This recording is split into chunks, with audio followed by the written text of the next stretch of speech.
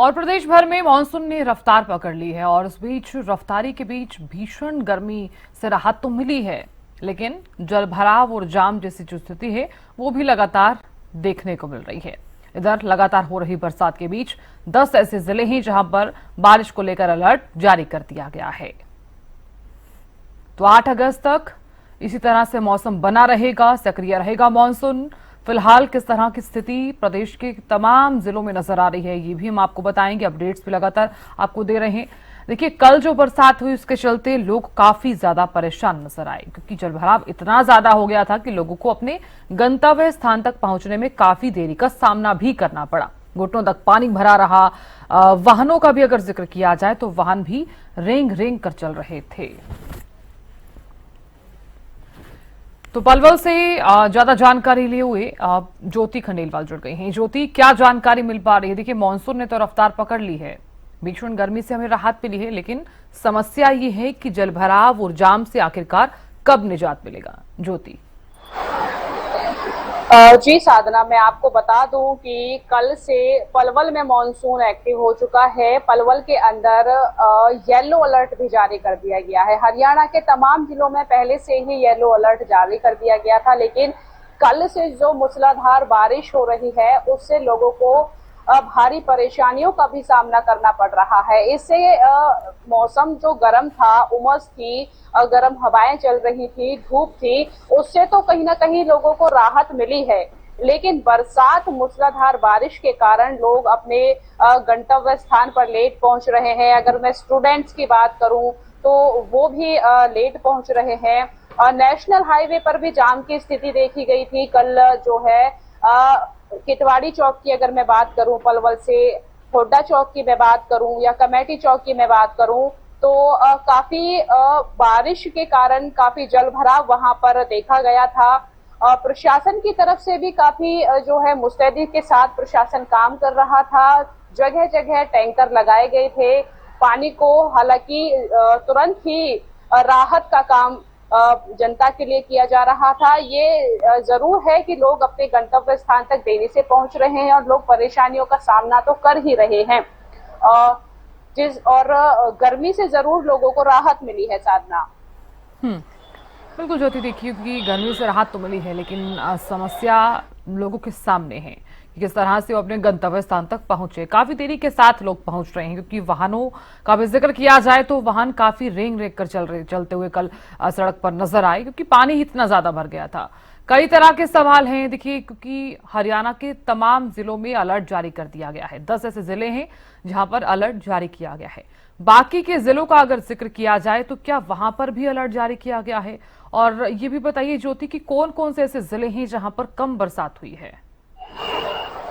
जी, अगर मैं yellow alert की बात करूं साधना, तो यमुनानगर है, चरखी दादरी है, हिसार है, भिवानी है, यहाँ पर येलो अलर्ट पहले से ही जारी कर दिया गया था। लेकिन कल जो स्थिति देखी गई थी बारिश की पलवल के अंदर, मैं बता दूं, पलवल जिले में दिनांक 6 से यानी कल से और अब तक 20 mm बारिश आंकी गई है, और जिससे स्थिति खराब तो हुई है, लेकिन पलवल में भी बारिश को देखते हुए येलो अलर्ट जारी कर दिया गया है। हरियाणा में मॉनसून को देखते हुए काफी लंबे समय से ही यह येलो अलर्ट जारी कर दिया गया था, और आने वाले समय में भी दिनांक 8 यानी कल तक भी मॉनसून खराब होने की स्थिति भी बताई जा रही है। अगर मैं परेशानी की बात करूं तो यहाँ सभी को ही परेशानियों का सामना करना पड़ रहा है साधना। देखो, सावन का महीना है और ऐसे में कांवड़ियों का शिविर भी यहाँ पर जो है वो जगह जगह लगाया जा रहा है। कांवड़िए जब रास्ते से निकलते हैं तो उन्हें भी पानियों का और जल भराव का सामना करना पड़ता है, जिससे उनकी गति में भी जो है वो कमी आती है। वो धीरे चलते हैं, और जब कांवड़ियों का शिविर जो लग रहा है वहां पर भी व्यवस्था बिगड़नी शुरू हो जाती है। और आपको मैं बता दूं कि कल से ही पलवल में बारिश बहुत ज्यादा है, और अभी भी मौसम आप देख सकते हैं किस तरह से पलवल में बारिश यहाँ पर सुबह से ही हो रही है। कल से लोगों ने धूप के दर्शन भी नहीं किए हैं। कल से ही मौसम बहुत ज्यादा खराब है। ऐसे में स्कूली जो स्टूडेंट्स हैं, विद्यार्थी हैं, उनको भी आने जाने में काफी परेशानियों का सामना करना पड़ रहा है। कांवड़ियों को इस समय बहुत ही परेशानियों का सामना करना पड़ रहा है, क्योंकि मौसम बहुत ज्यादा खराब है और सावन का महीना है। भोले बाबा के भक्त यहाँ पर कावड़ या जो उन्हें कहा जाता है वहां पर अपने शिविरों तक बहुत बहुत देरी से पहुंच रहे हैं। हालांकि मैं आपको बता दूं, जिले अनुसार यहाँ पर तहसील के अनुसार पलवल में 20 mm बारिश यहाँ की गई थी। होडल में कल से अब तक 10 mm बारिश यहाँ पर आंकी गई है। हतीन में 42 mm आंकी गई है और बहीन में 43 mm आंकी गई है। और वहीं हसनपुर में सबसे ज्यादा बारिश जो है 47 mm बारिश यहाँ पर हुई है। साधना, बिल्कुल। देखिए ज्योति, बरसात का अगर जिक्र किया जाए तो जितनी बरसात हुई है उसका असर जरूर देखने को जरूर मिलता है एरिया में। मैं लौटूंगी, आगे भी इसी पर बात होगी।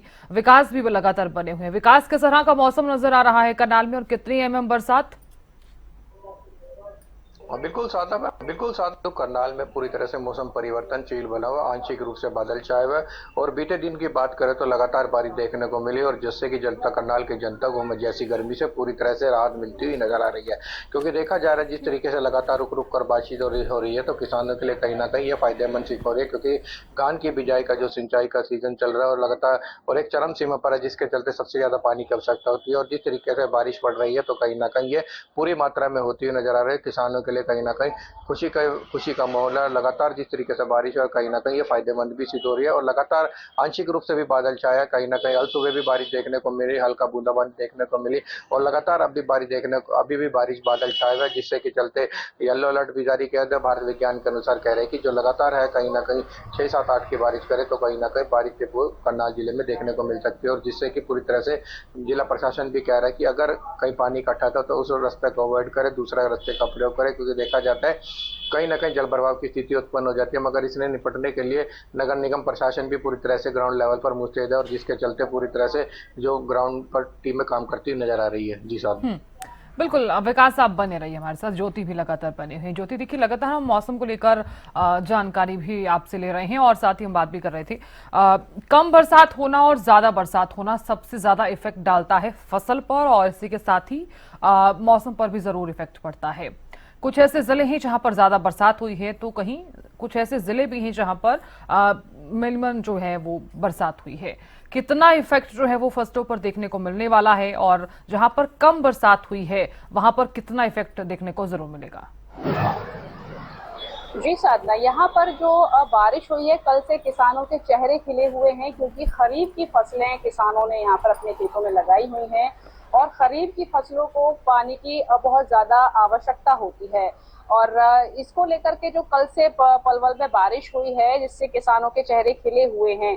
इससे पहले जब पलवल में बारिश का जो इंतजार किसान कर रहे थे, कहीं ना कहीं शिकन उनके चेहरे पे देखी गई थी, वो चिंता उनके चेहरे पर देखी गई थी कि कहीं जिन जिलों में अभी तक बारिश नहीं हुई है वहां के किसान भी अब तक चिंतित हैं कि वो इंतजार में है कि कब बारिश आएगी और कब उनकी फसलों को भरपूर पानी मिल पाएगा, जल मिल पाएगा, क्योंकि किसान को इस फसल में सबसे ज्यादा पानी की आवश्यकता होती है और जल पर ही निर्भर रहता है, जो बरसात ही उस पानी की भरपाई कर पाती है। इसलिए ही खरीफ की फसलें शायद इसी मौसम में लगाई जाती हैं, क्योंकि किसानों को उम्मीदों पर पलवल के अंदर जो है वो बादल खरे उतर रहे हैं और पलवल के किसानों के लिए ये बेहद ही खुशी की बात है। जी साधना। बिल्कुल ज्योति, आप लगातार जानकारी दे रही थी। बहुत बहुत शुक्रिया जानकारी देने के लिए और बने रहने के लिए। विकास भी लगातार बने हुए हैं। विकास, आपसे भी जानकारी चाहूंगी मैं, फसलों पर कितना इफेक्ट जो है वो बरसात का देखा जा रहा है?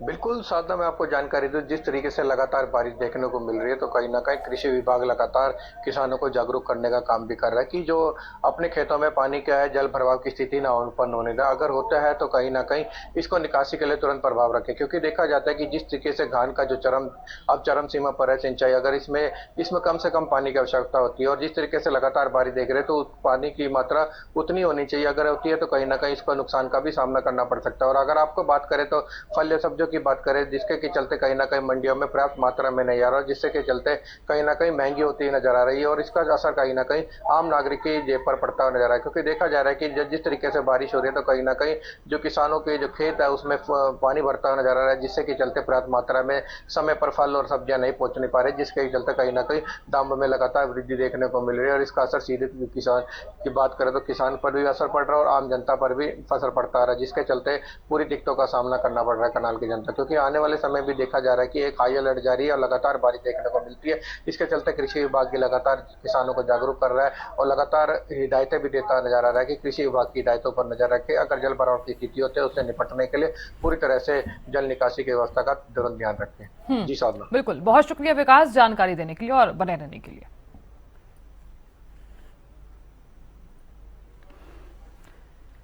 प्रदेश में मानसून ने रफ्तार पकड़ ली है और कल जो बरसात हुई उसके चलते जलभराव जैसी जो स्थिति है वो लगातार देखी लोगों ने और यही वजह रही कि लोग काफी ज्यादा परेशान भी नजर आए हैं। 10 ऐसे जिले हैं जहां पर बरसात को लेकर अलर्ट जो है वो जारी कर दिया गया है।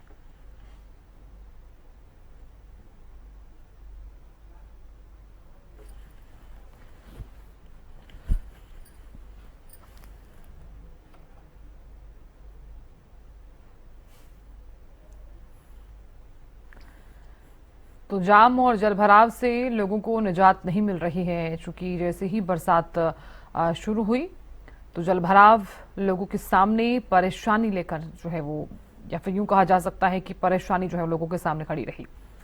समय बदल जाता है, सरकारें बदल जाती हैं, लेकिन अगर कुछ नहीं बदलता है तो वो है जनता की समस्याएं। जलभराव और जाम की जो स्थिति है वो लगातार लोगों को देखने को मिलती है। जब जब भी मानसून एक्टिव होता है, भले ही प्रशासन तमाम तरह के दावे भी करता हो, लेकिन समस्या ज्यों की त्यों बनी रहती है।